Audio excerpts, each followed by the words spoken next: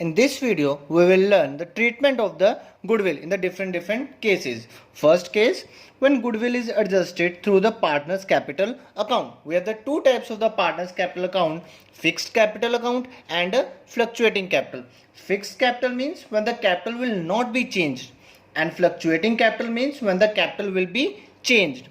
देखो, in the case of the fluctuating capital, entry journal entry of the goodwill क्या होगी?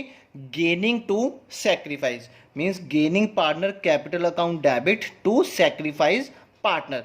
Gaining partner in gaining ratio and sacrifice partner in sacrifice ratio. In the previous topic we have learn the sacrifice ratio the equal amount of the gaining ratio. मतलब जितना एक partner sacrifice करेगा second partner उतने equal amount में क्या करेगा? Gain करेगा. So debit always equals to gaining.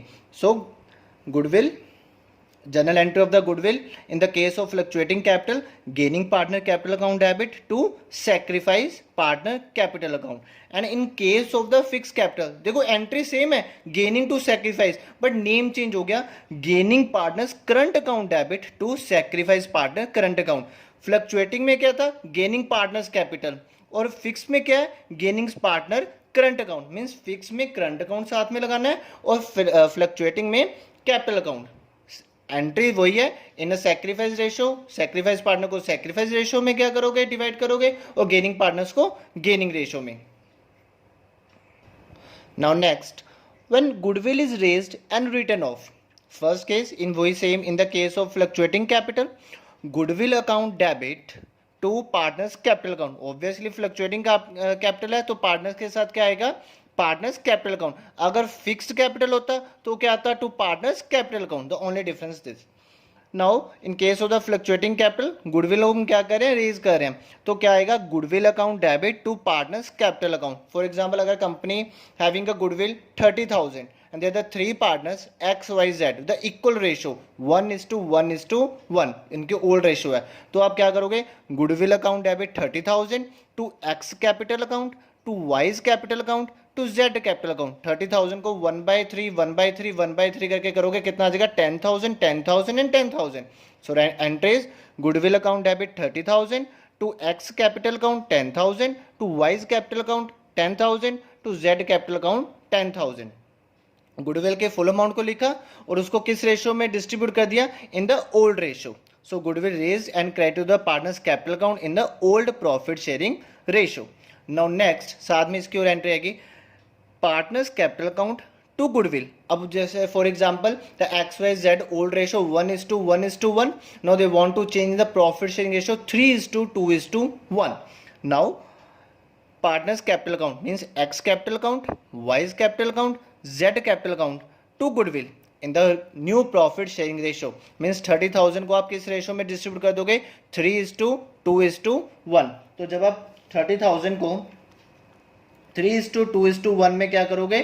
Distribute करोगे. तो 30,000 इन डिवाइडेड बाय करोगे 6, कितना गया? 5. 15,000 10,000 and 5,000 means X capital account 5,000, Y's 15,000, Y's capital account 10,000, Z capital account 5,000 to goodwill 30,000 in the new profit ratio. देखो फर्स्ट में क्या किया? गुडविल को हमने क्या कर दिया? राइट ऑफ कर दिया in the old profit sharing ratio. तो एंट्री क्या थी? Goodwill account debit to partners capital. मैंने एग्जांपल बताई थी, गुडविल 30,000 है, ओल्ड रेशियो क्या है? 1:1:1. 3 पार्टनर्स है XYZ. तो एंट्री क्या होगी? Goodwill account debit to X to Y's capital to Z capital 30,000 10,000 10,000 10,000. Second, partners capital account debit to goodwill in the new profit sharing ratio. Means उसी goodwill को आपने new profit sharing ratio में distribute कर देना, like 3:2:1.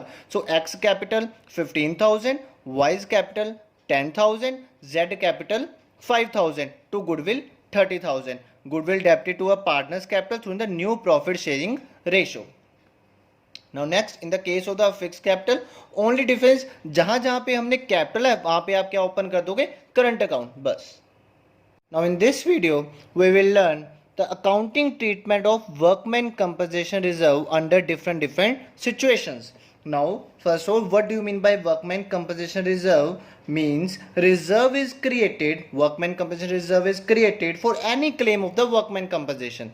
Means first situation, when claim of workman compensation against workman compensation reserve doesn't exist, means when there is a no claim of the workman compensation, then in that case the entry will be workman compensation reserve account debit to partners capital account in old ratio. Means when there is a no claim against the workman compensation reserve, then all workman compensation reserve will be distributed to the partners capital account in old profit sharing ratio. So entry will be workman compensation reserve account debit to partners capital account. So workman compensation reserve credited to a partners account in the old profit sharing ratio.